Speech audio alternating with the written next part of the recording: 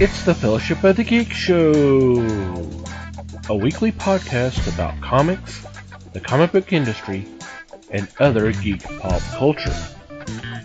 Music courtesy of Manny the Martyr. And now, on with the show!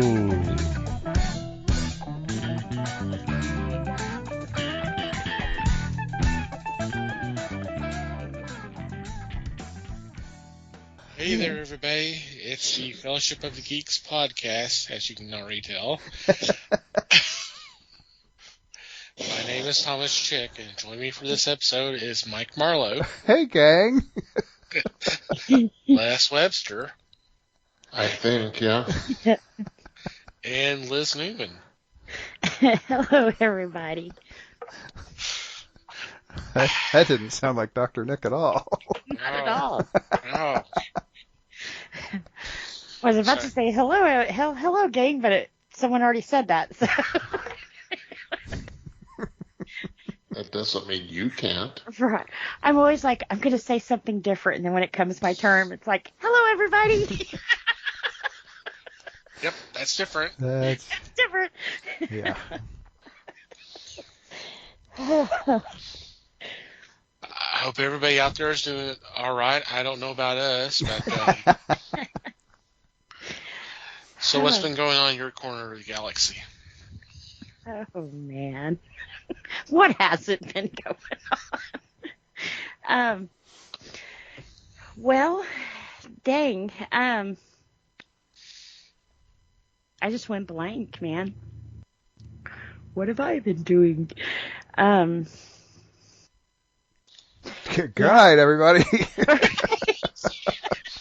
Liz is out of the building. Liz. Uh-huh. Halloween Kills. Oh, yeah. Friday, I did get to watch Halloween Kills with a good friend. And I was there, too. No Yeah. hints about who that could have been. Right. Well, the other two people had a life and kind of left us, but hey, that's cool. Mm-hmm. Yeah. No shame. Oh, no, certainly not. Jeez. Ouch. I liked it. I will say that it's kind of one of those movies, or at least it was for me, that you watch it and at first you're kind of like, okay, not bad, but And then the more you get to thinking about it, it's kind of like, oh, okay. And I think me and Thomas probably the next day for about an hour, we're kind of back and forth with each other. It's like, oh yeah, it's like my mind takes a minute to process everything. And I kind of wanted to process it before I read everything on the web to where they process it for me, So it's always real nice when I get a chance to sit down and actually talk to Thomas, because he knew a lot of the lore that I had forgotten. Most of the Halloweens, when they do the Halloween specials or marathons on TV now, they do the Rob Zombies and then usually like the first three of, the original series and stuff, with the exception of Season of the Witch. They always take that one out, which is sad because I like that one too. But it was pretty good. I will say this is probably the most brutal Michael I have ever seen. It was kind of like, They kind of, in this one, kind of bring a new concept to Michael, that instead of him being so Lori driven, that it's not really a Lori thing, it's a fear kind of thing, which kind of, it makes a lot of sense. As the movie progresses, with the more killings that he does, we do kind of see him become more brutal, more powerful, more gory, They said they cut the ending because the way they ended this movie, they kind of wanted you to sit and think about it for a minute, He said that if he would have put the last scene in there, it kind of would have spelled out the whole ending for you, and he didn't want to do that. So it does leave, like, I don't want to give too many spoilers away, but it did leave me questioning what actually happened there at the end. We did have a lot of the old stars come back and make cameos in this. I'll say cameos because they weren't around long. Ouch. Yeah. But it definitely, I can see where Thomas had mentioned this was kind of suffering from the middle movie syndrome. You know, there's not a whole lot happening, but it's setting up so much for the last one, you know. It's been a little while since I watched 2018, but from what I remember, the town hated Lori, totally hated her. Not her per se. Well, yeah, they hated her, but they hated more of what she brought to the town. Kind of the, you know, wherever you go, everybody dies kind of thing. So they kind of really, I mean, they ostracized her. She was living outside of town and everything else in the last one. And in this one, it was kind of weird because everybody's like, yay, Lori, let's evil dies tonight for Lori, you know. So it was kind of weird, you know, to see the town embracing her after just watching them ignore her, you know. So that was kind of different in this one too. Yeah, one word of caution. Evil dies tonight. That you will hear a shit ton. Yes. To the point where you're like, yeah. It's like, yeah, we get the idea. Even Michael was like, yeah, settle down. Don't get your pants on fire. Knock that shit off. Right. I did think it was funny. We still haven't seen a full Michael out of mask. They did take his mask off in this one, and I kind of had to chuckle because we have seen Michael be burned. We have seen him get shot. We have seen, you know, he has died. I can't even count how many different ways, and he's always come back. But when they took his mask off, he's balding. He's got a big old bald spot on the back of his head. So it's like, man, this man can survive everything but age. See, and the way you started describing that, I was thinking, you know, it would be hilarious if it was John Stamos under the mask. That would just be hilarious. Cool. Or William Shatner. Oh, God. He was preoccupied. He was busy, right? Had a space shot. Rocket Man. But it was pretty cool. Like I said, I wouldn't go with your first impression. I would sit and let it stew for a minute and kind of think over it. But I will say they missed a golden opportunity not having Michael McDonald go, look what I can do. I will never see him as anything other than Stewart on Saturday Night Live. He could be playing the most prestigious person in the whole world, and in the back of my head, I'm always going, look what I can do.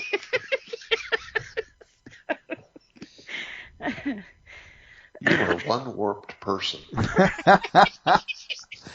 Hey, you know, I don't know which did. She said that, and I started hearing "What a Fool Believes" in the back of my head. So yep. I'm not sure which of us is more warped. We have a tie, folks. Or when he went to kill him, stop it! Wow. Yeah, but if you guys have never seen him on Saturday Night Live, none of that will make sense. Because that, oh wow, that's. I think you have to be of a certain age. That's what I to say. That's get that joke. Older Saturday Night Live for sure. But it was good. I did like it. I did. I'm excited to see what they do with the third one and how we're finally going to kill him. My thing, bazooka gun.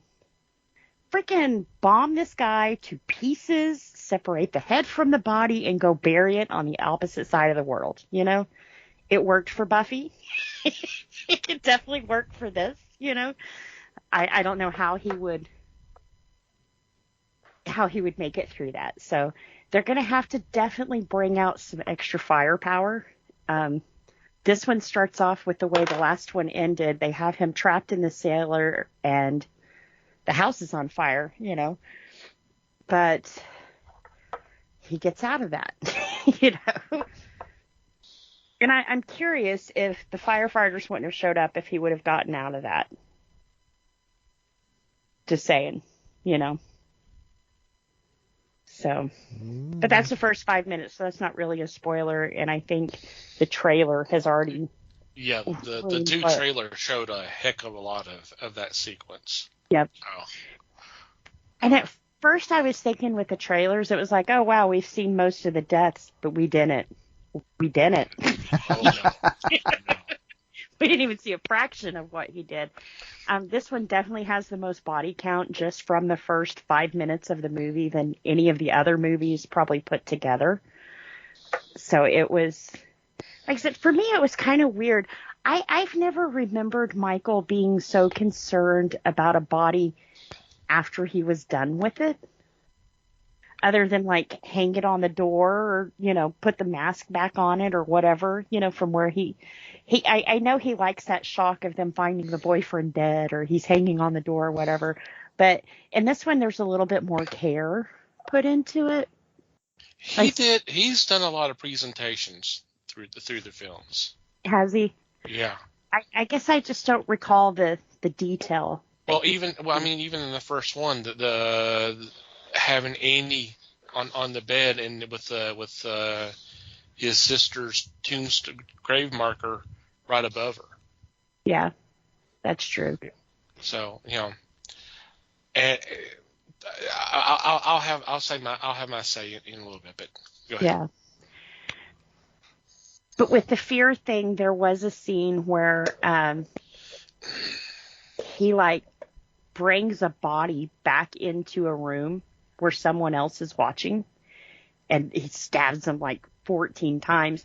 And at first I'm like, well, that was kind of overkill. I mean, he's never really done that, but once the movie goes on and like I said, they start explaining things with fear and that kind of thing, it made sense. It made a whole lot more sense, so.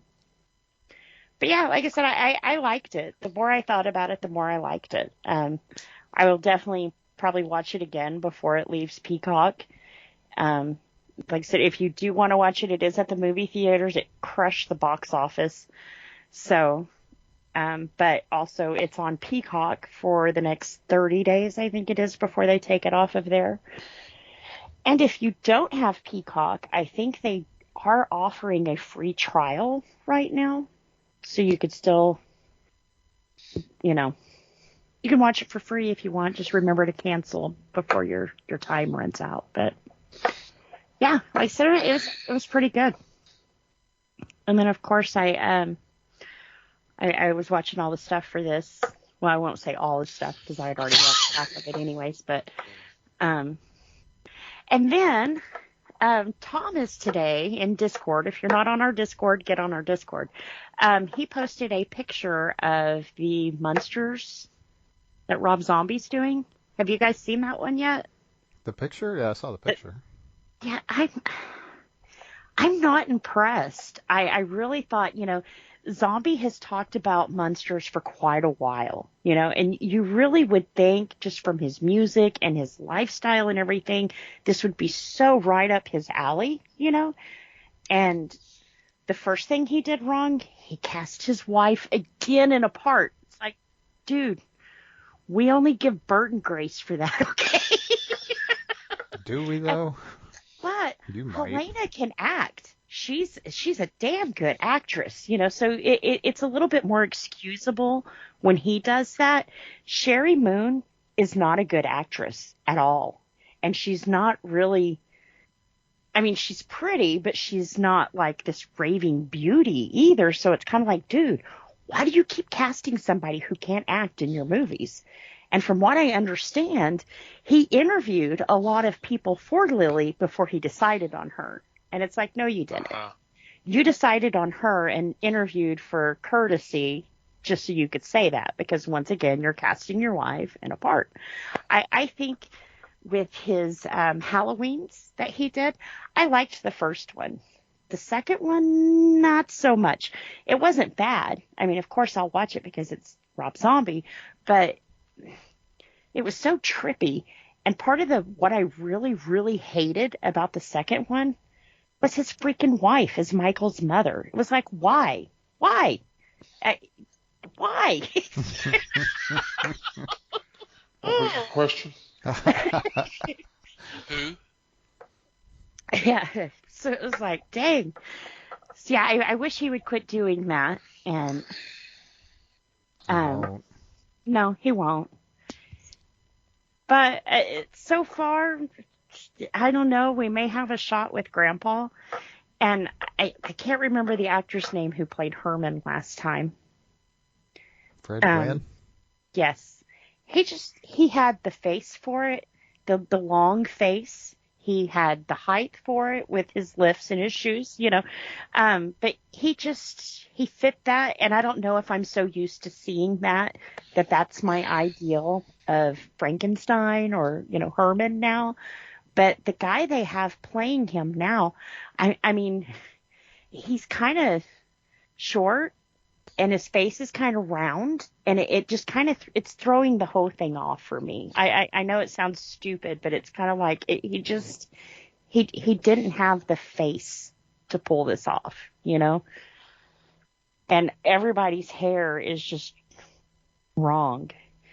It looks like Lily, they've done a big chunk streak in her hair of white, and it's solid white.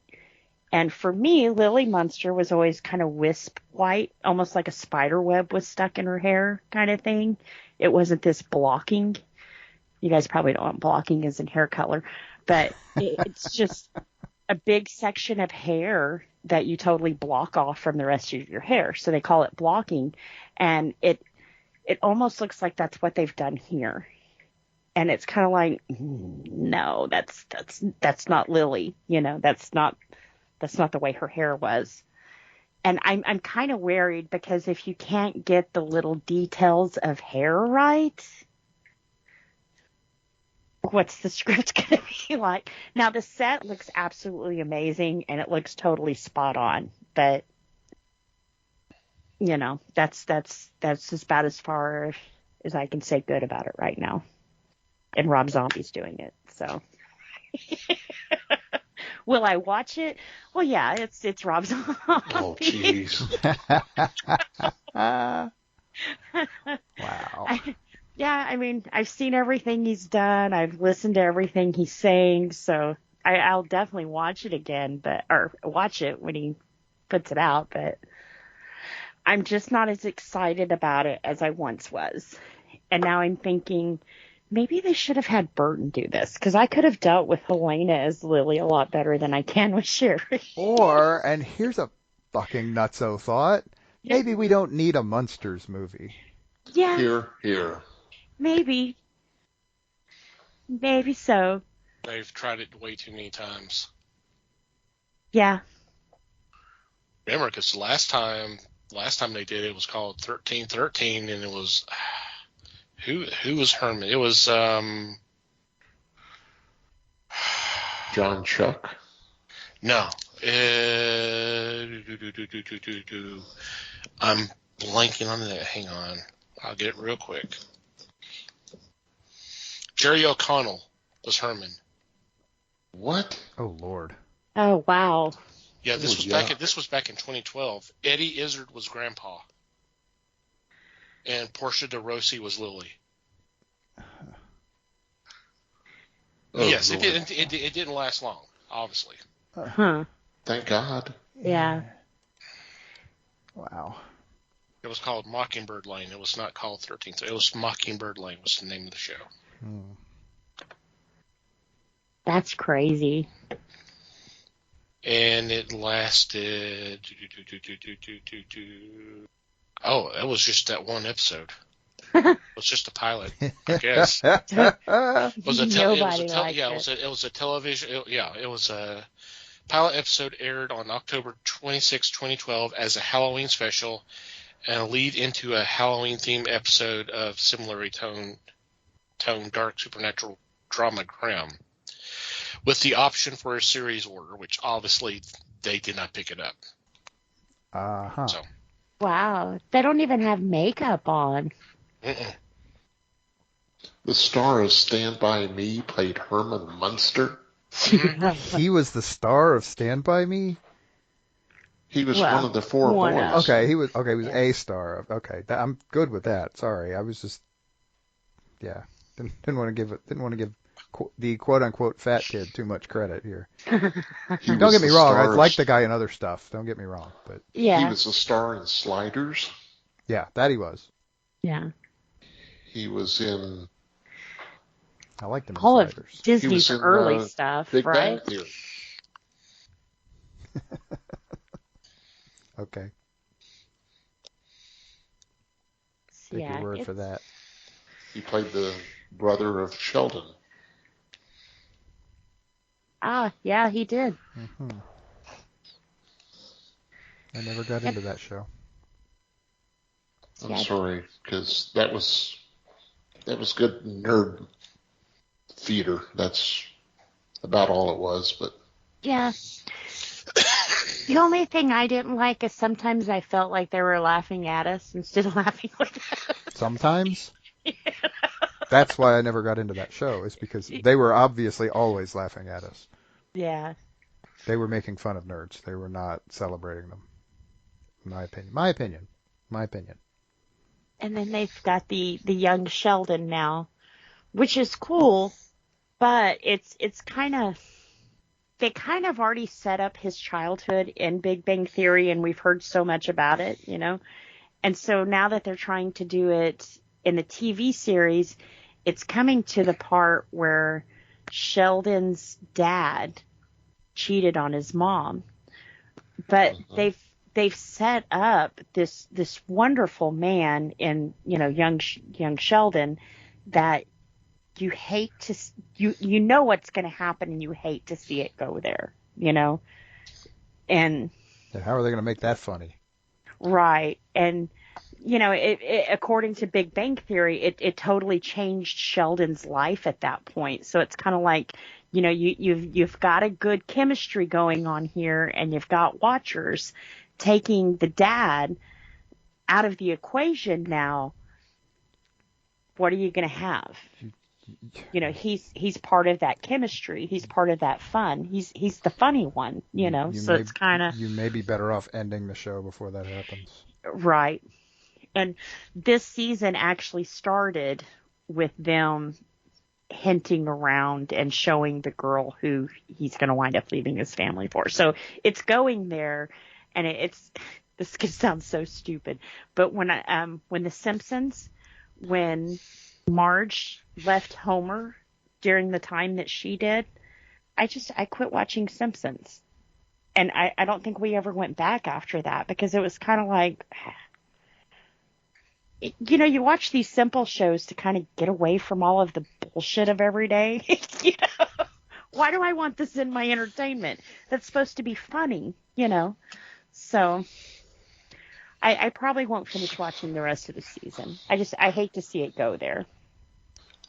But young Sheldon, you've got to remember that his dad died when he was 14. Yep.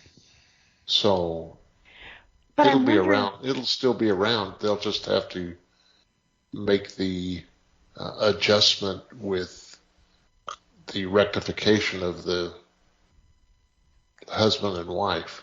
yeah. Well, and he also made it sound that his dad didn't live with them when he died, because him and Leonard had talked about like camping trips waiting for their fathers that never showed, you know. So you know, he turns into this bad person, you know. I don't want to see that switch. You know, I like him the way he is. He's, like I said, he's the funny one on the show. The mom's uptight, so he's kind of the, you know, the comic relief.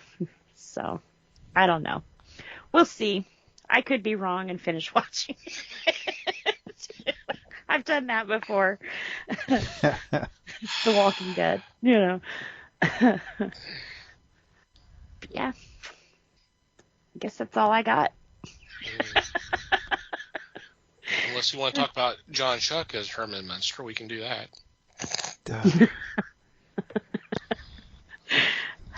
No, I think we covered that a few weeks ago, didn't we? We were talking about the Halloween that almost wasn't. Mm-hmm. It was in passing, but it got mentioned. Well, it got mentioned again, so. There we go. Mm-hmm. It's going to turn into a recurring theme around here or something. Yeah. Jeez. We'll find ways to slip it in. A running joke there. We don't do that. We don't Please say no. Oh, gosh. Okay, so, wow.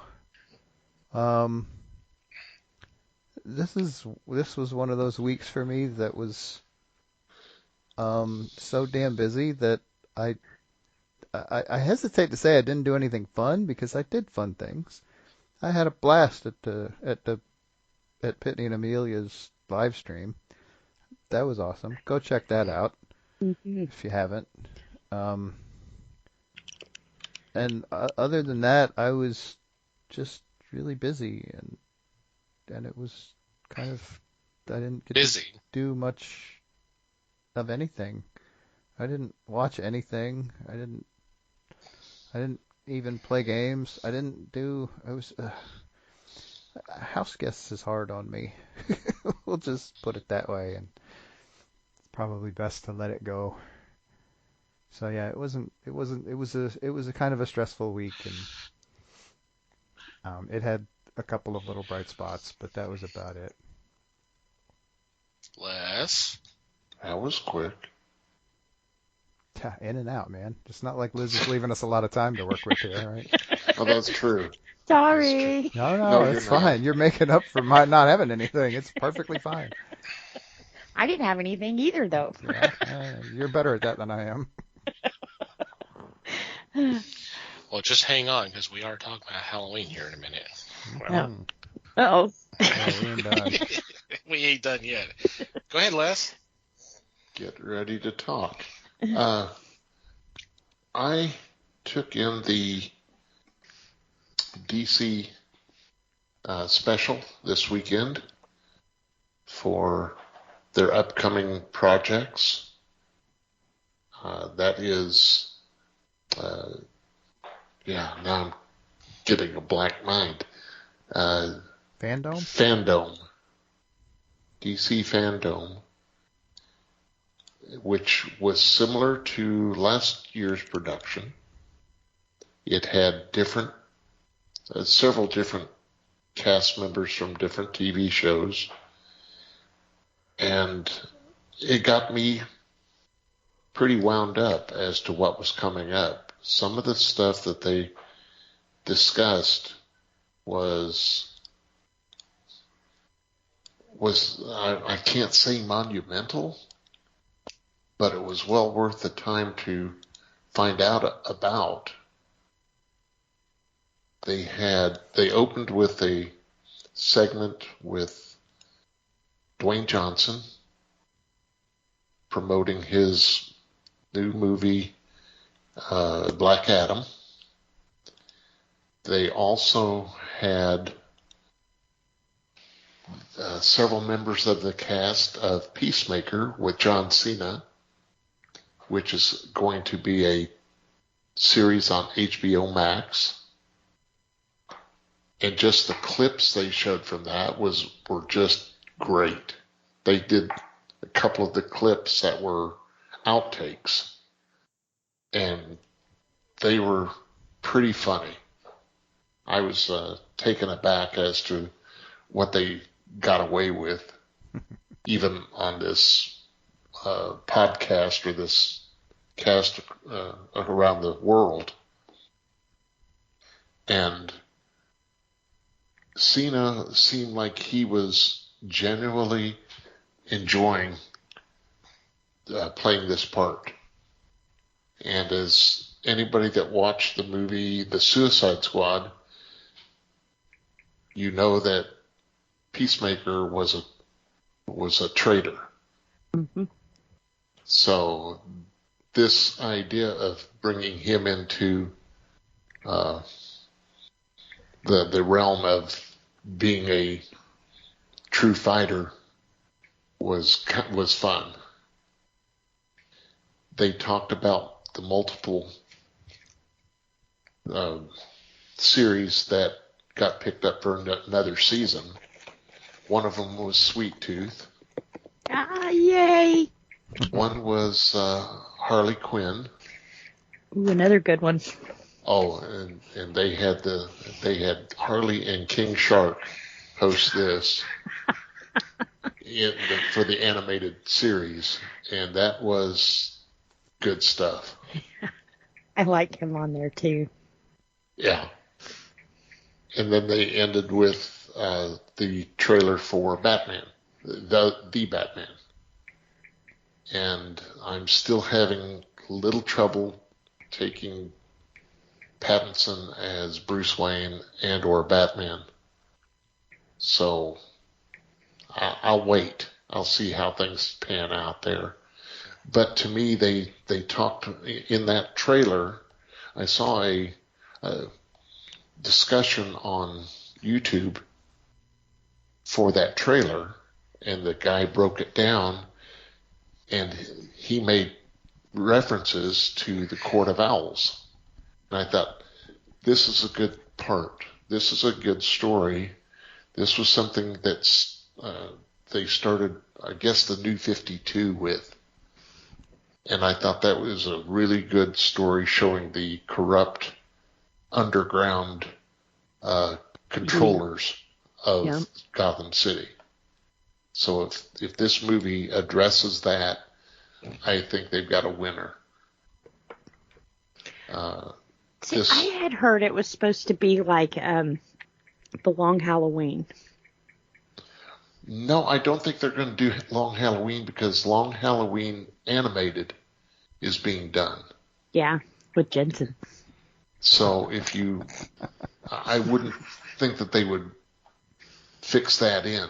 Although they do have, if you see the trailer for the Batman, the first scene is the cops telling a guy to put his hands up. They slam him to his face to the counter, and there's a scene of them zooming in on a cup of coffee he had in a red and green cup, and inside was the signal or the insignia of the Riddler. It's a question mark.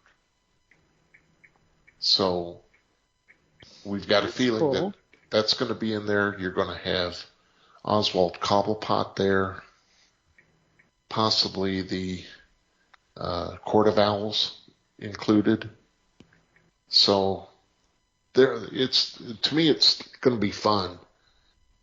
You can watch the presentation of DC Fandom on YouTube. It's almost 4 hours long, but it's pretty much, to me, it was worth the time. So that occupied most of my day on Saturday. Cool. What was your thoughts of the Flash teaser? Well, they had two segments on the Flash, and one was the TV series, and the other was the movie. They vary a lot, but the scenes that they showed for the movie were pretty enticing. Ezra Miller was hosting that segment, and luckily he doesn't wear his hair long like he did in person there. In the movie, he's a little more clean-cut look for Barry Allen. And you do see Batman, and you see Barry Allen take a large tarp off something, and he goes something like, "Oh, wow," but he doesn't even get the wow out. And that's when they end the clip. So that more or less deals with Flashpoint than anything else, although that's essentially what the TV series was based on also, was Flashpoint. The TV series is wrapping up season 7, I think. Yeah. But they are talking about season 8. So I was impressed with both. Cool. And you can see that on YouTube, like I said. Just take your time, set the time aside to do it, and enjoy it. There's not a spot in it to fast forward. I did not see one. So it's well worth the time watching. Cool. I've got it bookmarked. I was leaning a little bit more toward the movie because I was kind of. I've already posted my thoughts on Discord. I thought, for a movie called The Flash, it was very bat intensive, and I thought, well, that's not right. I mean, yeah, they show him putting together his suit, the ring, and all that, and that was kind of cool, but it seemed like the focus was on Keaton's Batman, and I was just like, to me, I was disappointed. I mean, it's cool that we're getting Keaton back as Batman. That is cool. But it just seemed, our lead character of this movie is not even interesting enough to be the focus of the teaser. Okay, that was the impression I was given. I was just like, okay. They could be handling it, because HBO is DC, but they could be handling it the way that they did the Saints of Newark. They played up Tony Soprano's son so much that you really thought he was going to be the star of that movie. And then when the movie came out, it was kind of like, he was a supporting character, if that, So maybe that's what they're doing with Keaton. They're playing it up because they know it's going to grab the older crowd because it's Keaton, Keaton Batman, to come see this, since it's Snyder's Flash. Well, there may be some truth to that, but I think that's a disservice to Ezra. Yeah, it is.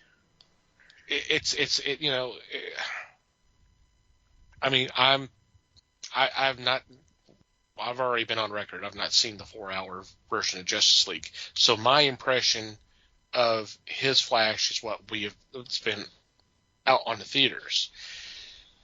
I'm not that impressed with that kind of version of Barry, but I am open enough to say, okay, I'll try to let it go. But it just seems like I don't like this Flash. I said it. I didn't care for him in either of the movies that he's been in so far. I don't know if that's just the way he's been handled or he's not a good Flash. I just felt bad that the whole focus, because there was this little bit of a sequence where he's, if you see a screenshot, he's in the middle. You've got to his right is obviously another Flash. Now, whether it's Barry or someone else, we'll find out. And to his left is the new Supergirl, who, by the way, she's getting her own series on HBO Max. And it's like, why don't you tease these characters a little bit more than... I don't know. Okay, yeah. I'm going to shut up on it, but it just... No, that makes sense, though, what you're saying. It's supposed to be his movie, but it's not. I just question how they handled the teaser. Yeah. But and maybe it could, and you may be on something. They're trying to get the older fans, the ones who love the Keaton Batman, get them excited, and maybe also try to get some that are not Snyder fans to try to get them interested as well, because the Snyder fans will probably be there because it isn't Ezra. It's his Flash. It's his Flash. I don't know. All I know is after that came out, Restore the Snyderverse started trending again on Twitter. I don't know how many times that phrase has trended, but it seems like it does almost every other day. Yeah.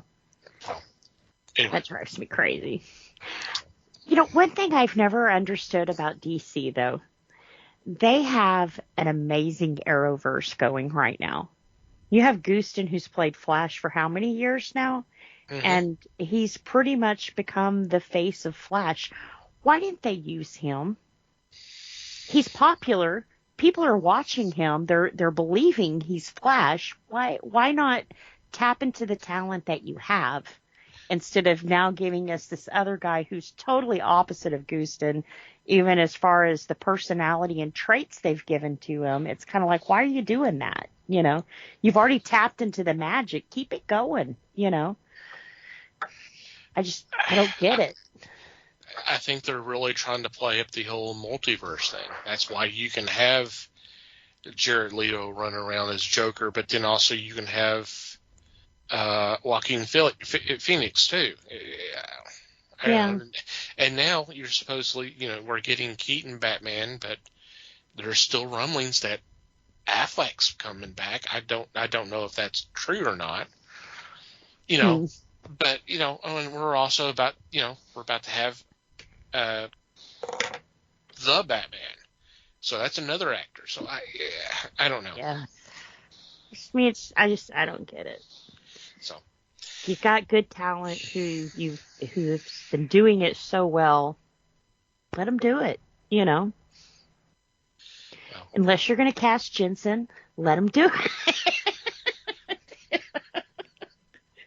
That's what you're really upset about. Yeah, he would have been good. And actually, I don't think he's cosplayed as that yet, so it'd be interesting to see that. Did you guys hear that he's making a Western now, too? No. Why would we do that? You haven't told us. Yes. You're our sole source of news for Jensen Ackles. I can't remember if it's Colin Farrell that he's doing one with. They just announced it because he was at the Comic-Con Saturday in Colorado, and he announced it. It's called Rust. Anyway, Les, I'm glad you had a great time watching that program. Mm-hmm. It sounded like you had a great time. Thank you. I did.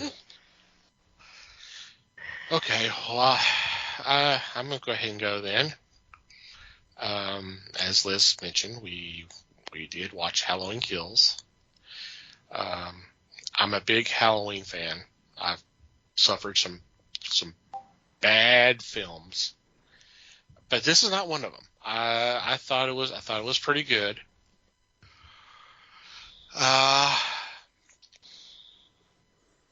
It's a lot more bloody and gruesome than some of the other ones. One of the things it kind of played up, Liz mentioned about, it's not about her for all these attacks. The thing they kind of talk about is going home. Mm-hmm. They really kind of played up the fact that, he stalks, he attacks, he goes home. He goes back to his childhood home. And kind of talk about why does he do that? He's done it in the past. He's doing it now. Why? Which was kind of interesting. So they they played up some interesting concepts and all that. And if you've seen the trailers or the commercials, you see the whole thing with the mob. There's some kind of a lot of analyzing of the mob mentality in this film too. Mm-hmm. Of the town trying to get together to take Michael down out of fear, and just what what that mob mentality of what people do in that zone of being mad and scared In a frenzy. and like you're out of yeah, just so there's some great character moments. There's some nice little backstory. There's quite a few flashbacks. Some of it actual footage from the first film. Some was shot for this film. But I liked the way they made that look like old footage too, though. Oh yeah, the cinematography for the flashback is almost dead on for the original film, and that's amazing. It is. They were able to do that. You mentioned returning characters. There was even one that you wouldn't figure you would be seeing, but you did see. I thought that was handled pretty well. Yeah. And he was a hero there for a while too. Yeah.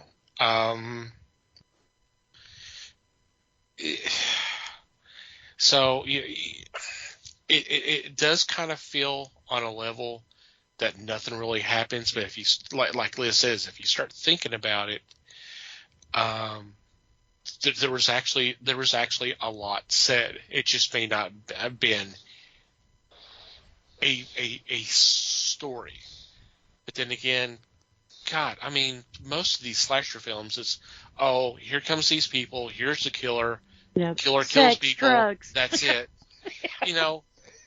That's 99% of the slasher films. So I mean, if you're going in expecting, I can understand, because the last one was a great story, so you figured that's continuing it.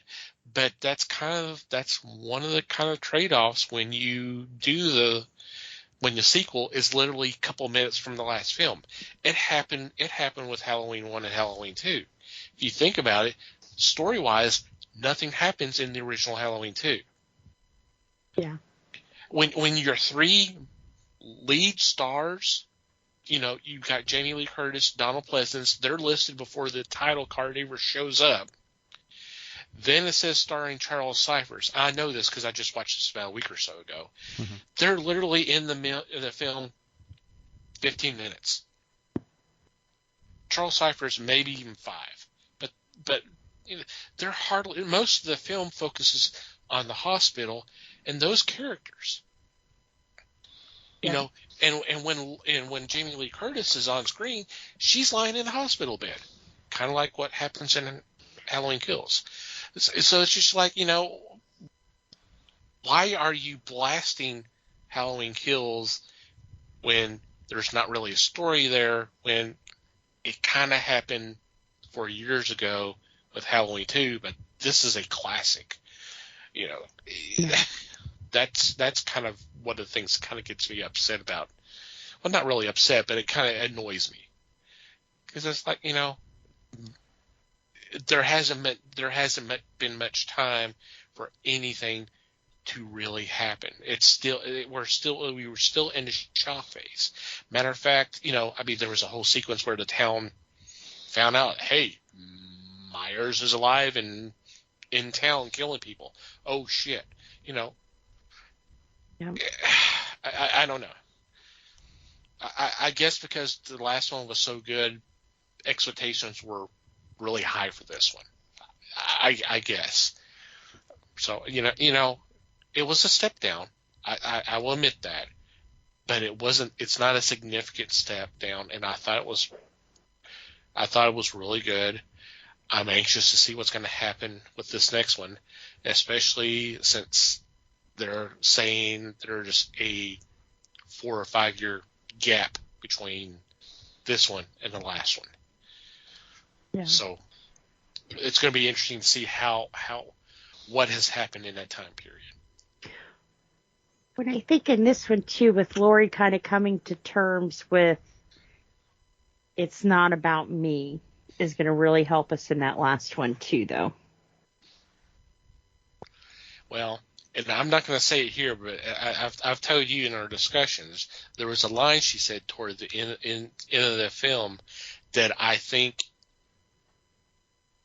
is prophetic. I think that's it's what we're going to see in the last film. Yeah. See, I don't know. I'm kind of thinking with the way it ended. I don't remember which Halloween it was, but do you remember the girl who was the clown? Mm-hmm. And, you know, he chases her all through the movie, and then we find out that she goes home and kills everyone.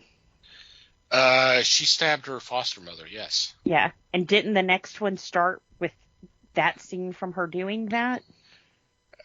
We don't discuss 5 because 5 was such a... Right. They literally admit that they were writing the script as they were shooting the film because it was literally a year later. Yeah. Halloween 4 came out in 88. Halloween 5 came out in 89, and they had no clue what to do with the script. I mean, they threw stuff in there saying, okay, the guys who come to do Halloween 6 are going to have to figure out the shit that we put in there, like the whole concept with the Man in Black. They didn't know who the hell it was. The whole thing with Michael having the thorn mark on his wrist. They didn't even think that far ahead of what the significance was. They were just trying to put some shit together, Mm-hmm. and it didn't make any sense anyway. So you know. Yeah, I think that what happened in this movie has played in someone's head, and they lost their innocence, and that whoever I'm vaguely referencing will have some pretty... I think they will be pretty messed up in the next one. That's what I think. I think that the ending was kind of a mental break for them, and that will play into the next one that they're loony.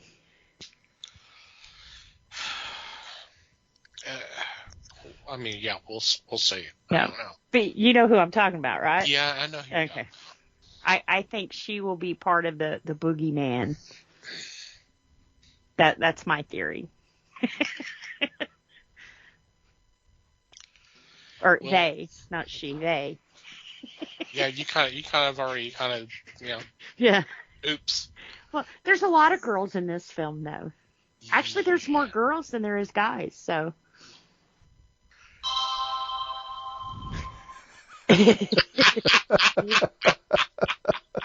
I think the bullshit meter just went off. But anyway.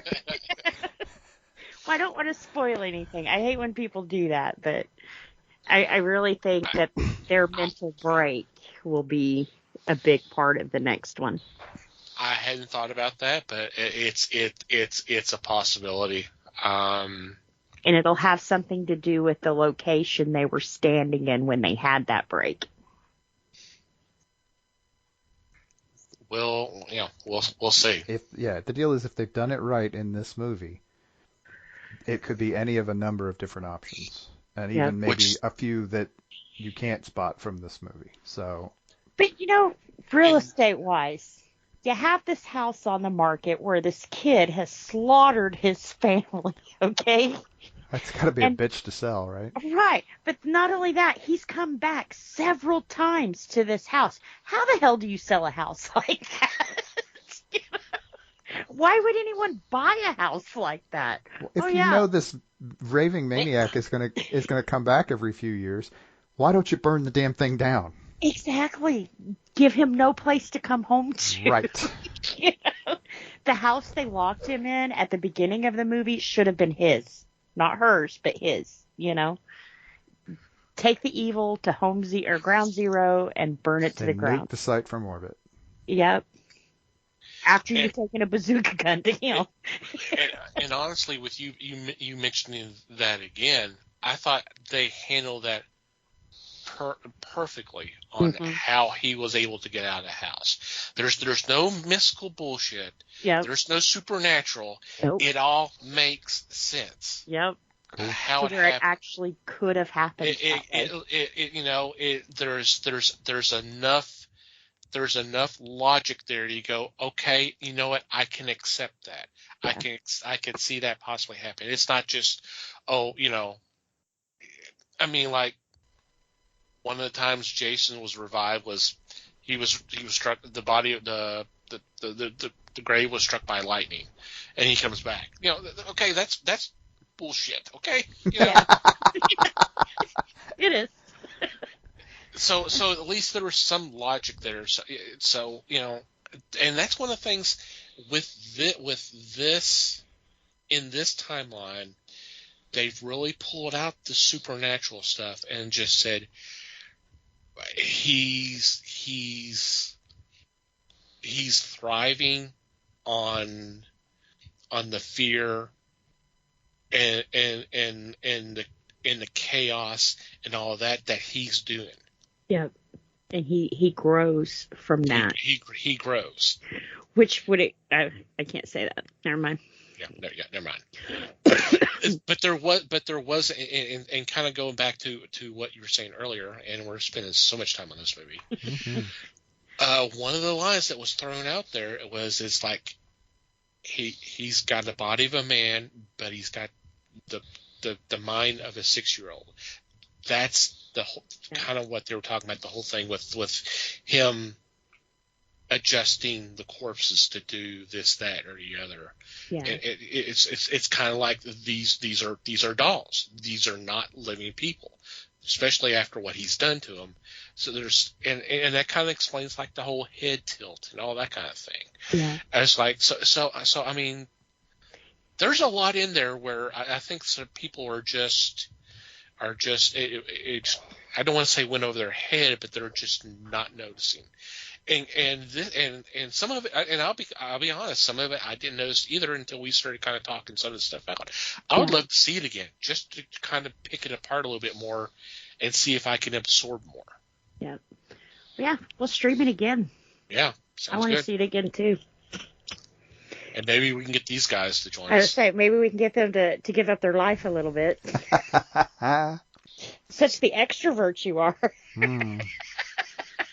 I told Liz, I said I would really love to have Mike's analytical mind with to watch this.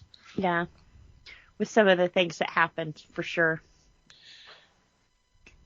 Because I could see us watching and Mike go, see. That's fake. That wouldn't happen. That's not right. That couldn't happen because ABC. That would give me an awful lot of credit here. I don't know. A lot of pressure on me. Just take it. Just take it. It's a compliment. Mm-hmm. So, okay, let's move on. We got other movies to talk about too. Yeah, we got some other stuff to talk on. Trippy shit to talk about. Let's and you know what? Let's go ahead and start right now. Obviously, this is horror month, and for this year, we're analyzing animated movies and Halloween specials. So basically, all age horror this year. And for this week, we have 3 to discuss. We're talking about The Adventures of Ichabod and Mr. Toad, Halloween is Grinch Night, and Wallace and Gromit, The Curse of the Were-Rabbit. So, which one would y'all like to talk about first? Start with the Grinch. Okay.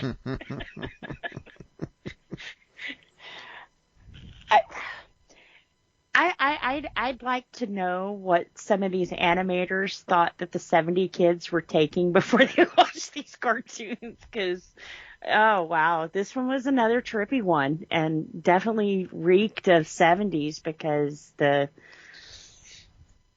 we do see some of the characters from the books, which was cool. A lot of them from Oh, the Places You Will Go were in the movie, which was cool. The main part of this is like a big acid trip.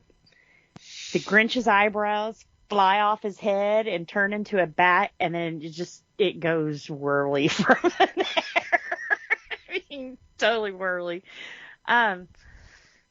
I didn't realize in the Grinch Who Stole Christmas just how bad he was to Max. And you know I was going to What? talk about the dog. You know I was, guys. Yes, I know. When I watch this, like, oh God, this is just going to go off. Yeah, you know I am. But you know, in the Grinch Who Stole Christmas, Max is like the Grinch's only friend. He has stuck by him through all of his bullshit and all of his stealing and all of him being mean, and that little dog loved him. Well, in this one, not so much, which kind of was like, I don't understand why they changed the relationship between them two. He's still the helper, but like I said, the Grinch was awfully mean about it. But it still made me sad when the little boy took off with the dog at the end. It was like, you know, here's the Grinch's only saving grace of humanity left of him, and you just took off with his dog. You know? But the dog's going to have a nice home now. Yeah, I will say that. Right. This is a win for the dog, big time. Yeah. And with them changing that relationship in this movie, it did make it kind of a happy point that the dog did get to go, because he was at the beginning of the movie, the dog's like, why am I here? Why am I doing this? I gave up my life kind of thing. We didn't see that in the Nightmare Before Christmas. No, we didn't. No, we did not. No, but that's because it was a different movie, yes. Yeah, that was Zero instead of Max. In the Grinch Who Stole Christmas, you didn't see that. You know, he wasn't the nicest, but he wasn't mean to him either, you know. And in this one, he was just really horrible, and, you know.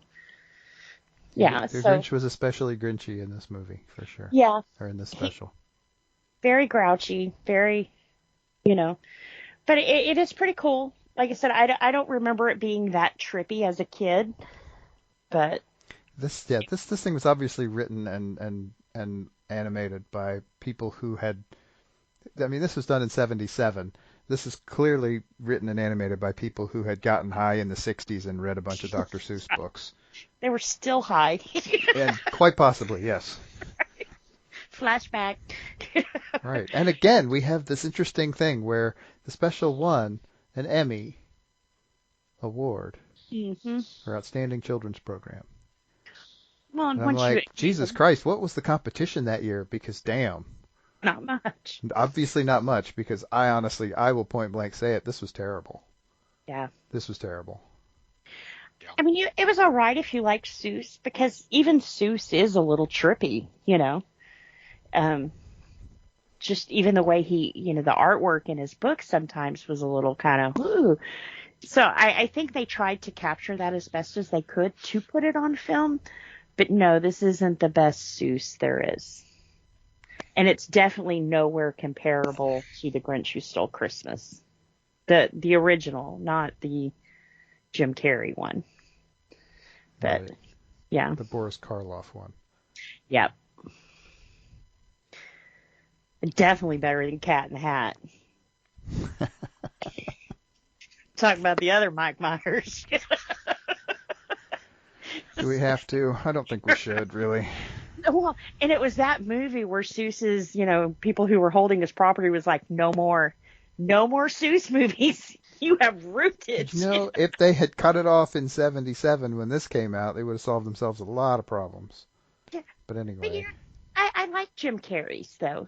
I don't think they could have picked a better person to play that part. That's all well and good, but the budget for that was way. They had money to spend on a script, and so they ended up getting a pretty decent script out of it. Yeah. They did not for this. Mm-mm. They didn't bother with the script. They didn't bother with actually finding Dr. Seuss material to use for this. They just made some shit up that sounded like it might be like Dr. Seuss, and it's kind of awful. Well, and I didn't like the way... Kinda. I'm being nice. There I have to disagree. This was written by Geisel. This was written by Dr. Seuss. It's a horrible program, but they went directly to the source to get this. There you go. See, I'm trying to give the guy credit, and he let me down. I was just, I remember seeing this and going, this is really crap. Because it did not, to me, it did not move the thought of the Grinch forward. Mm-mm. He was a horrible person to that dog, even in the first movie. Mm-hmm. To me, there was no doubt about it. Max was literally shaking, hoping that he would not incur the wrath. Yeah. So, no, they should have just said no. We don't need to do another Grinch special, because this was like a sitcom in the respect that everything is resolved in the first movie, right? Mm-hmm. The Grinch has got the good heart. In the next movie, he's a bad guy again. Just like a sitcom. They just forget that they just made him a good person. So. Well, maybe this was the prequel. Maybe it would have made more sense if it was a second Christmas movie. Maybe instead of trying to, I mean, I'm not even sure what they were trying to pull out of Halloween from this. It didn't make any sense to me at all. Other than it happening on Halloween, it didn't have any Halloween and elements. using basically orange and Purple. yellow Oranges and browns. Yeah, I mean, Yeah. It didn't. Yeah. Halloween kind of colors. Yeah. It was a day of the year. Yeah. It was a frame of reference, and it didn't have any significance, and it just seemed like a waste. True. And the kids That's weren't because even it was a waste. like trick or treating or anything, you know. So right. None of the. I mean, it didn't even pull from like older traditional stuff either. They didn't pull from any of the lore. It just made stuff up. Yeah. And it well, didn't like make I any said, sense. some of it was pulled from his books. You know, I can't remember the howling things from the wind and the little monkey thing that he was trying to catch all came from Oh, the Places You'll Go. Okay. So you're making it sound less like a Halloween special and more like a Dr. Seuss vanity piece then. Pretty much. I think what happens with a lot of these is you had a hit and you got to strike again while the iron is hot. Toy Story comes out and then boom, Halloween time, boom, let's get a Halloween special out there with Toy Story. We got to keep it in their face, and I think that was what this was a case of. We did so well with this, now let's try to tap the other holiday, and they didn't. They couldn't capture the lightning twice. It was 11 years later. Yeah, that's what I was about to. Well, I don't know then. Right. It was even before the Halloween movie. Yeah. So, I don't know. I mean, what are they trying to tap into here? I think the only thing I can think of is Seuss was approached to say, hey, look, Halloween specials are getting popular, especially animated ones. Let's do something with some of your characters. And that's what Seuss. Yeah. Let's do a Seuss. Well, and if you think of who would be the most scariest character out of Dr. Seuss, the Grinch, Horton. Horton. He was too busy looking for the Who. He's over there in the corner hearing things. So we need to leave him out of this, right? He's in the TARDIS.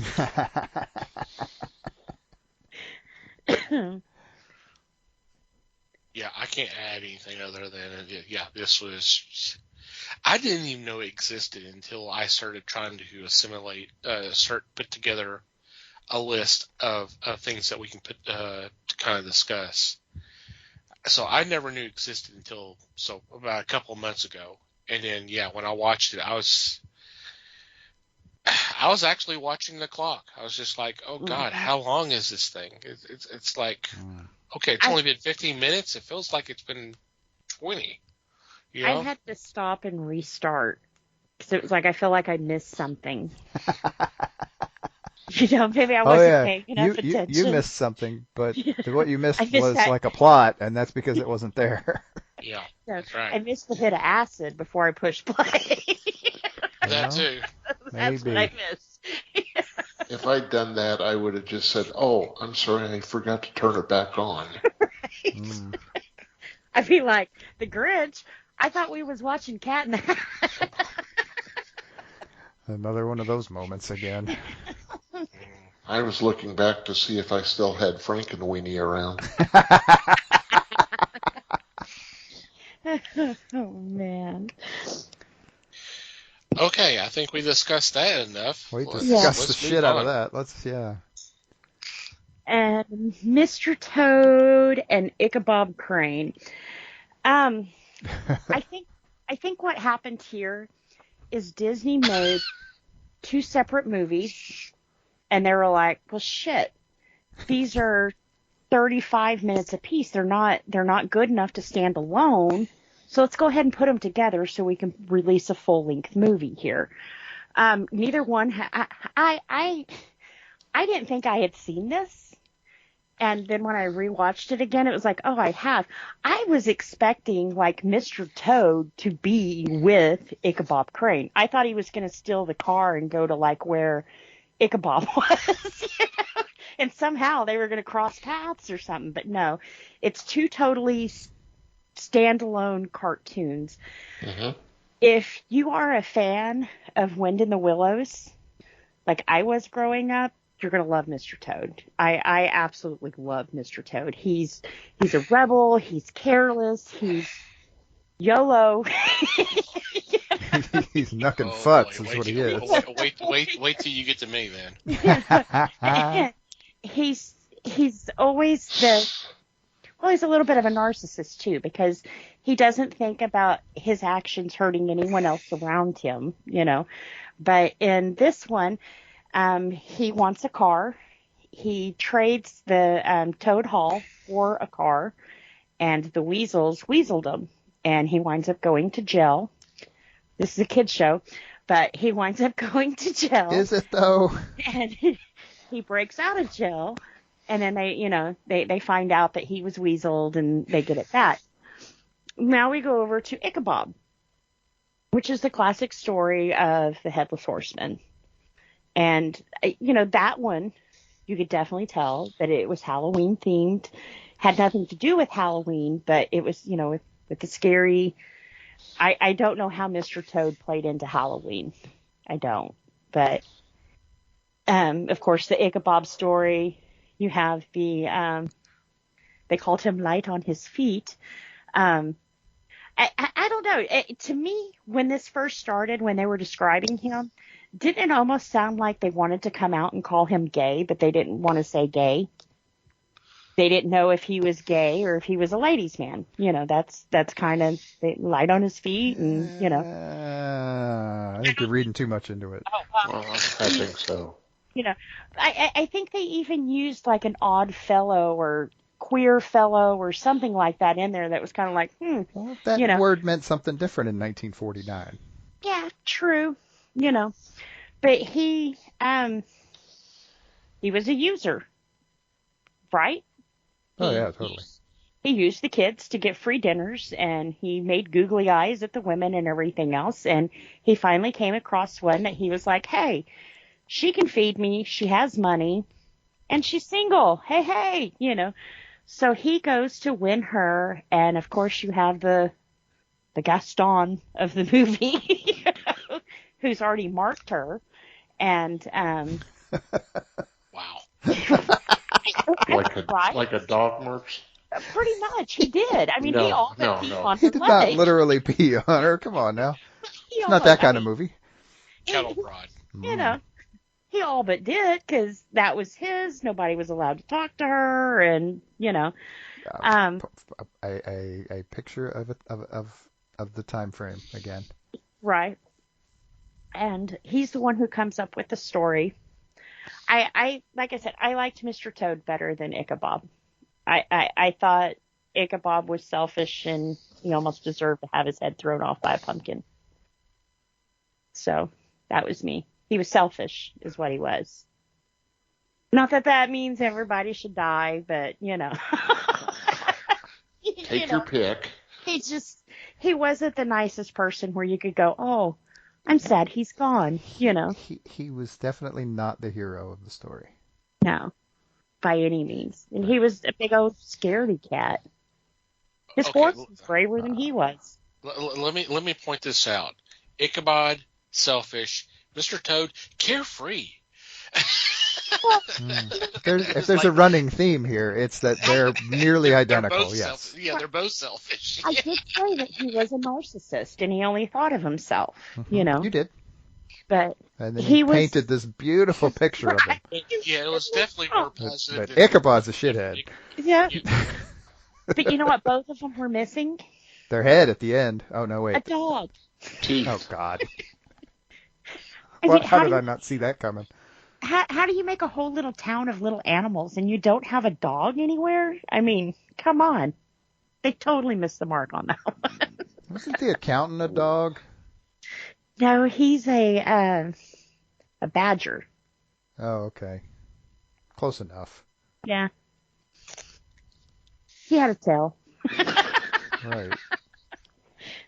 But yeah, I liked Mr. Toad more. Like I said, I think with Mr. Toad it tapped more into, I remember the books, and I remember that story not quite the way that it was on the cartoon, but in a book. But you will admit it had nothing to do with Halloween. Nothing. Nope. Like I said, I think that these two movies were made separate. Yes. And they saw the time on them, and they put them together so they could release it as a feature. Absolutely. Yep. 100%. It was not released as a movie. It was released as television programs on Wonderful World of Disney. Yeah. So there was in 1949. Well, for TV, it was two separate things. They were not together. Mm. So they used it as a joint to, and I don't mean that in the way some people think. I think it went better. They were used as a story, two stories that they could tell together. That's all. Yeah. Yeah, Okay. I wasn't thrilled about it. I mean, I agree that individually, the animation is awesome by itself. Yeah. For both of them. Yes. I mean, and it's hard to fight with that. As a character, I did not particularly like either Mr. Toad or Ichabod Crane, so it was real hard to treat them as sympathetic at any point. And so this for that reason, this one kind of dragged for me, just like Grinch Night did. It was not nearly that bad, but I wouldn't go back to this. I had not seen it before, and I don't see myself seeing it again either. No. When you're talking about animation, didn't you notice that Mr. Toad seemed to be better animated than Ichabob? No, not at all. I felt that Mr. Toad had more detail to where, like, when you got over to where Ichabob was, the town was, like, almost basic, not as much detail as they had put into Mr. Toad. So at that point, that's when I got to looking up, because it was like these couldn't have been done by the same people. I think you got bored before it got interesting. Oh, okay. Probably. Because, in my ADD because when it's like the last 15 minutes that is absolute genius in terms of animation. Yeah. It's not the town. Well, it's yeah. It's basically the end, which takes a while.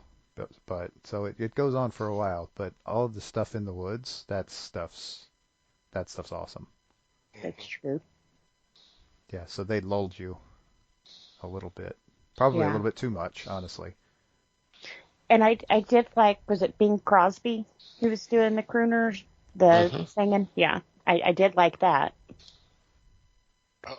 Wait. You enjoyed the singing? Mm-hmm. I know, right? But I've always had a thing. Because when it started up, I'm like, oh, God. They're going to be upset. Well, it was only an Ichabob. Mr. Toad wasn't too bad in singing. I said I could listen to them all day. They just had that voice. Boo, boo, boo, boo, boo. That voice. And that's the reason why they hired him. Mm-hmm. Well, didn't he do a lot of like Christmas stuff too? Like Frosty and Rudolph and No. no. In terms And of songs, yeah. It's songs, but not like specials or anything Right. like that. He did music, and that was before all of that stuff was going on. Well, who did the music in the shows? Who was the narrator of Burl Rudolph? Ives. Well, I mean, it was different people depending on the special. Because I mean, yeah, Burl Ives in one, and then you got like Fred Astaire in another one, and then it depends on the special. The crooners. Yep. The names of the time, but yeah, I like them. Yeah, that's a lot of the selling point, unfortunately. Mm-hmm. There was one part in the Mr. Toad story that I was really impressed with the animation. That's when he was in the cell contemplating his fate, and he looked down and there was a pool of tears. And as he looked at the pool of tears, each drop that hit the puddle went shimmering, something that people that watch Pixar movies now take for granted, because this was not computerized. No. It was all hand-drawn. Yeah. And for All them cells. to change those images was amazing. Yeah, that level of detail. Yeah. Yep. Agreed. That was good. Okay, go ahead, Les. I'm sorry. I was just going to say, to me, Ichabod was the hero.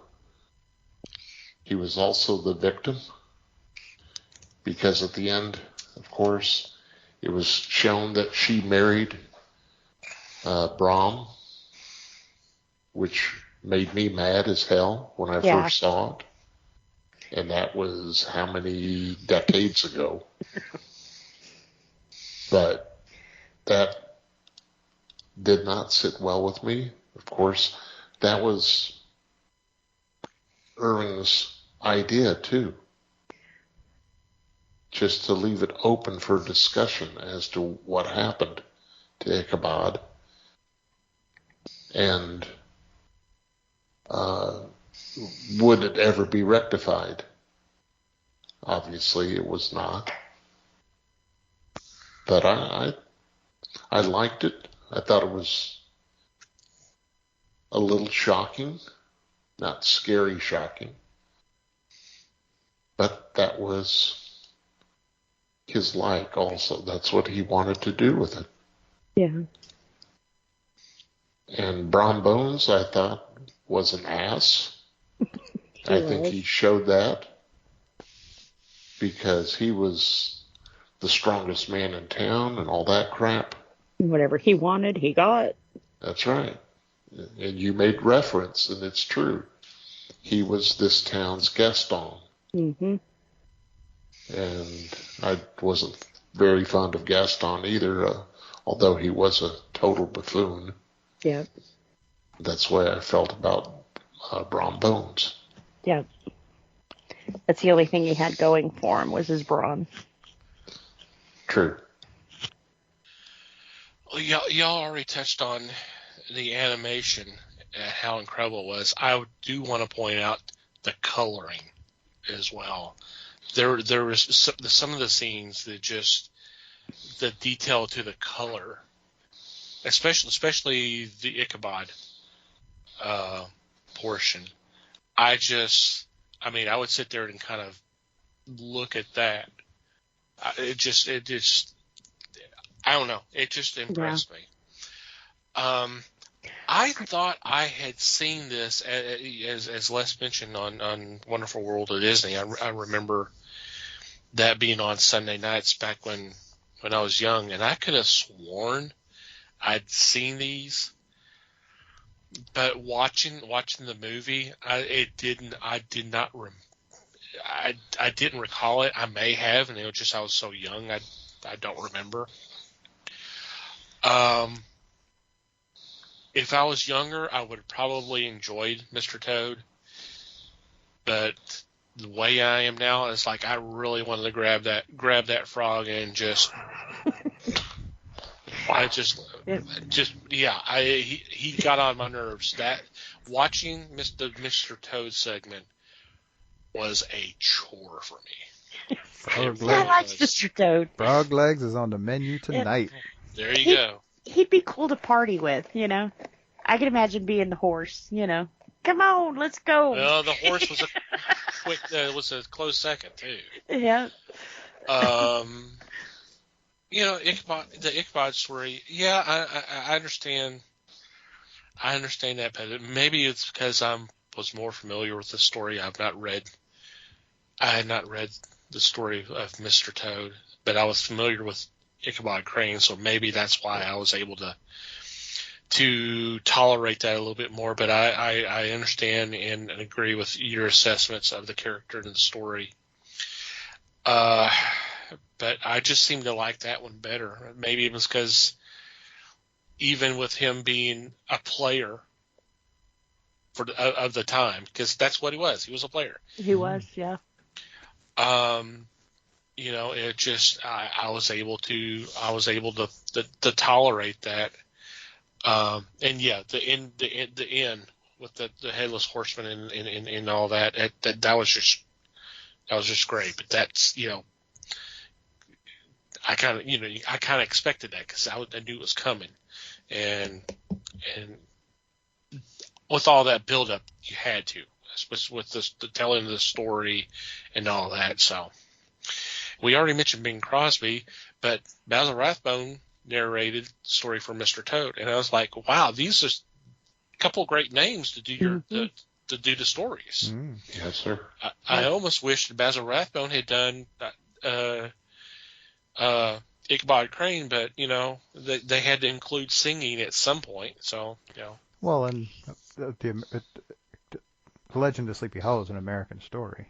Well, I understand so they that. played off of that a little bit, which I think they probably overdid it a bit too. But well, and I understand that, but that doesn't mean that Basil couldn't have done a great job narrating that story. Sure.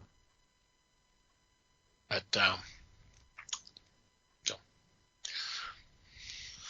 okay, so that leaves Wallace and Gromit: The Curse of the Were-Rabbit. Okay, this one was the best one out of the three. I remember playing the Wallace and Gromit games. They've got like tons of them out. Matter of fact, right now, if you go on Steam, I think they're giving away a bunch of them right now. But cute little games. I think the movie plays right into what the games are. And, of course, this one had my gal in it, Helena Bonham. So, can't go wrong there. Cute concept. He owns a anti-pesto. He removes pests from your gardens and things. And this one happens to be dealing with rabbits. He takes a rabbit and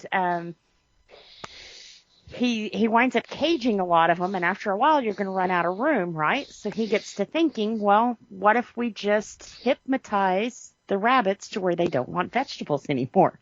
So that's where the problems begin. This one was cute. I don't remember seeing this one until I watched it this time. I have seen several of the other Wallace and Gromit cartoons or clay animation that they have of these, but this was the first time seeing this one. I was kind of shocked when I found out it was him. I really thought it was Hutch. That was the were-rabbit, you know. Jeez. This one was really lighthearted. It was cute. The dog stole the show, of course. Gromit did. I mean, you know, I, I Please, mean, he did though, didn't he? He please, saved the please, day. please tell me that next week there aren't any animals in any of the ones we're talking about. We got Snoopy. Damn. Hey. Okay. Can't go wrong with a dog. Obviously. I'll keep Cujo. Right. Yeah, Cujo was just misunderstood. he was. I'll keep it in mind for next year. Oh, good. Thanks. But yeah, I really liked this one. Of course, you had Peter Salas doing Wallace and Hutch's voice, and you said you had Helene Bottom doing Lady Cam. God, Here we go with the names. yeah, all of them were plays on vegetables. But yeah, I really liked this one. Yep, I agree. Probably not for the same reasons, but I agree. This was a fun one. Yeah. And I had not actually seen it before either. I have seen other stuff by these guys, the Nick Park and the all the claymation stuff like Chicken Run. Chicken Run was awesome. Yeah. Yep. And yeah, and I mean I've always known that there's been a bunch of Wallace and Gromit that's very popular, and somehow I managed to not really watch much of it. But yeah, this is hilarious. This is this is everything we probably wanted the Dr. Seuss thing to be. It had a story. It set up the story very nicely. It had great characters, which it also set up very nicely. Mm-hmm. It had some fun, borderline supernatural stuff going on. It had a little slight, tiny dash of romance. It had some really cool gadgets. I mean, Jesus, you're looking for your next James Bond. I think Wallace might be it. Yeah. If not Wallace, Gromit. I think, well, they've got to come together. They've got to be together. It's got to be a Wallace and Gromit thing. But I mean, why the hell not, right? Right. And it also had some very adult topics that were hidden. Like little innuendos and stuff, which I thought was kind of funny too, you know. Seems like most of the best animation does these days. Yeah. I liked when he was in the when they had the big rabbit on top of the car, and he's like, "No, you got to be more alluring than that." And so he started It's like, "Yeah, baby." Uh-huh.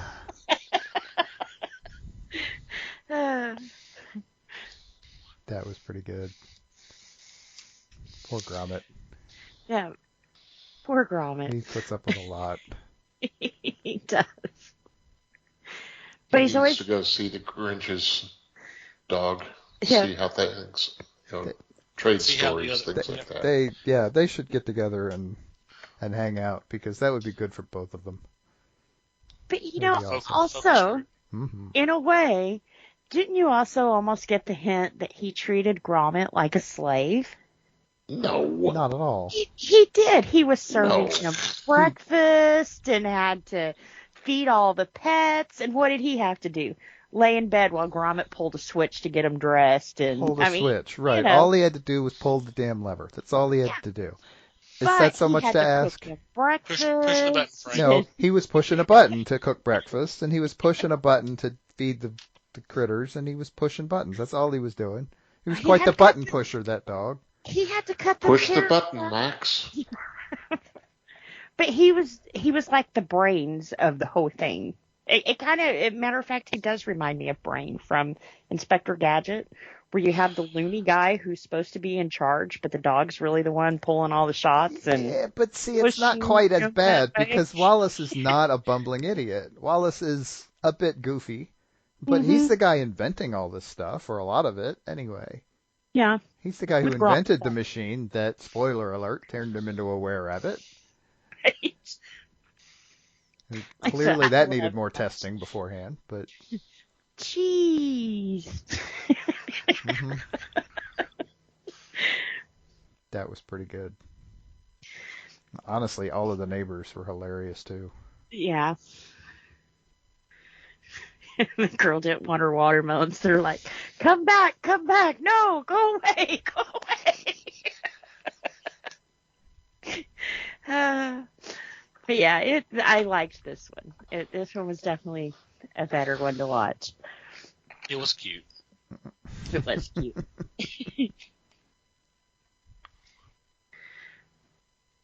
I really can't add anything more than what y'all said. It was a fun watch. Yeah, it was compared to the other two. Then yeah. Yeah, and they Now, said now if that. you're going by comparison, I would differ. Okay. I thoroughly enjoyed it. I've got it on DVD, but I still say the classics are better. Yeah. To me, Legend of Sleepy Hollow was much better, and a hell of a lot better than Sleepy Hollow the movie. Yeah. Now wait a minute, that's my boy Depp. And Burton. That's the And man Burton, that decided to run away from America. So, no, he's not my boy, that's for damn sure. Well, everything I've ever read that had Ichabob in it, he was kind of the what's the word I'm looking for? He was a fop. Yeah, the He's what they call a fop. A fob? Fop. F-O-P. Oh. He's like a dandy. Am I hitting wrong notes here? No, I just don't know what fob means. Well, like I said, he's a dandy. He's one of those that skates through life. Never He's works a day in his knowledgeable. life. Yeah. I'm sorry? Never works a day in his life. No, he worked as a piano teacher. That was his lot. That's what he preferred to do. A school teacher in this one, wasn't he? A school barn or whatever they call that. No, he wouldn't. He'd be a master at school. Yeah. Because the school marm is a woman. Oh. But not a marm. Although, like I said, they kind of hinted at that at the beginning of the show.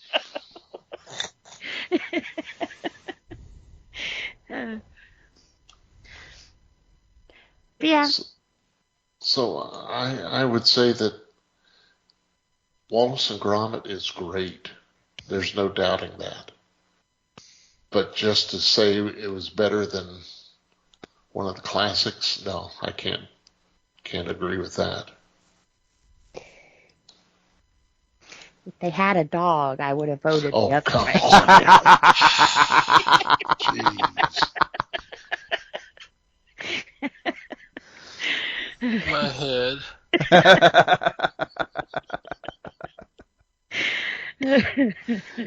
How a Grinch one had a dog, and you didn't vote so well on that one. Which one? Halloween is Grinch night. Oh, yeah. Well, I liked the dog in it. Max is always cute.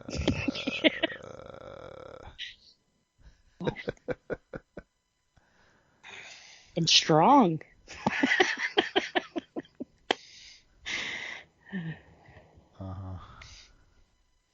That's a selling point. Anyway. I think on that note, we need to take a break, please. Thank you. Thank you. And we will be right back.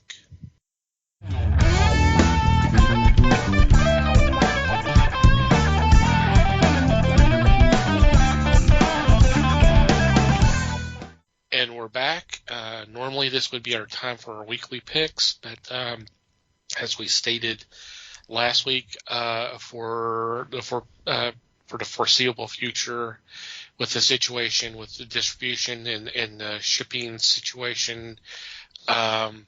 It's really hard to make picks because some of the books are there's delays with some of the books coming in, so we're not sure.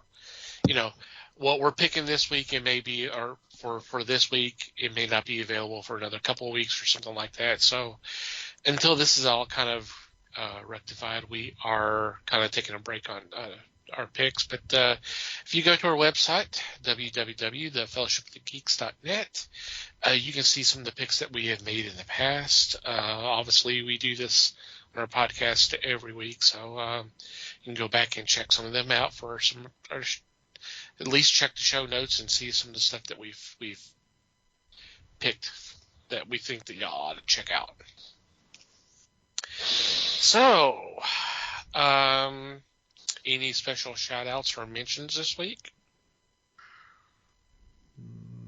Not me. No. Nothing here. So, okay. We'll go ahead and move on then.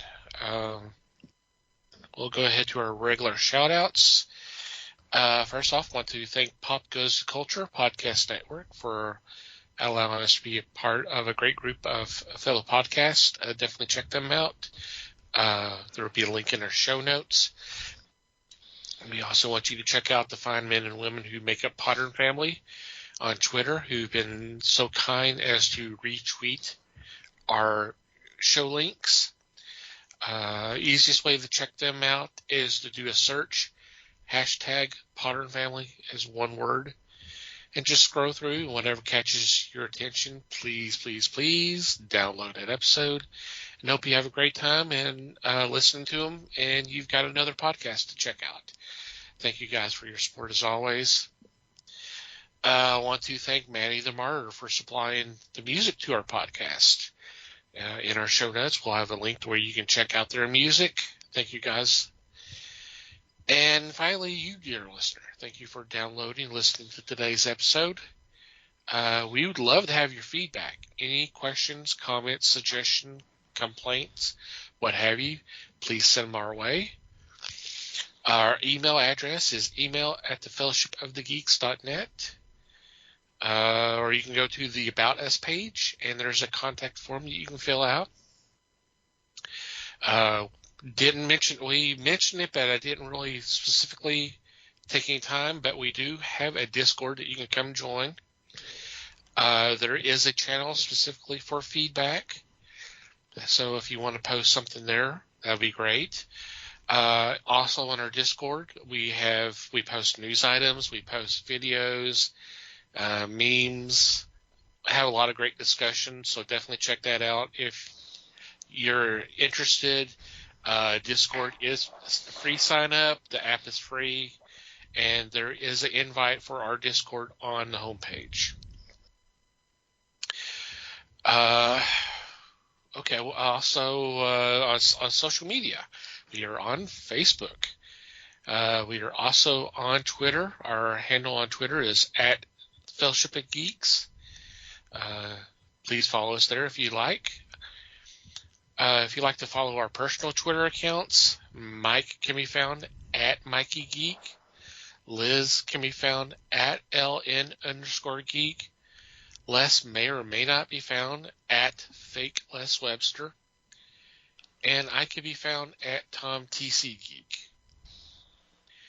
And from wherever you download our episodes, if you would be so kind as to rate and review our show, it would be greatly appreciated.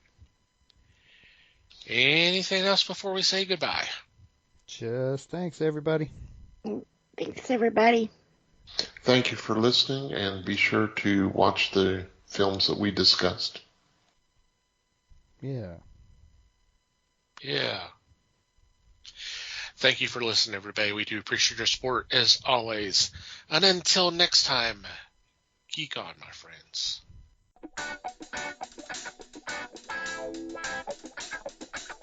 We thank you for listening to the show. Comments, suggestions, and questions can be sent to email@thefellowshipofthegeeks.net. You can follow us on Facebook at The Fellowship of the Geeks and on Twitter at Fellowship Geeks.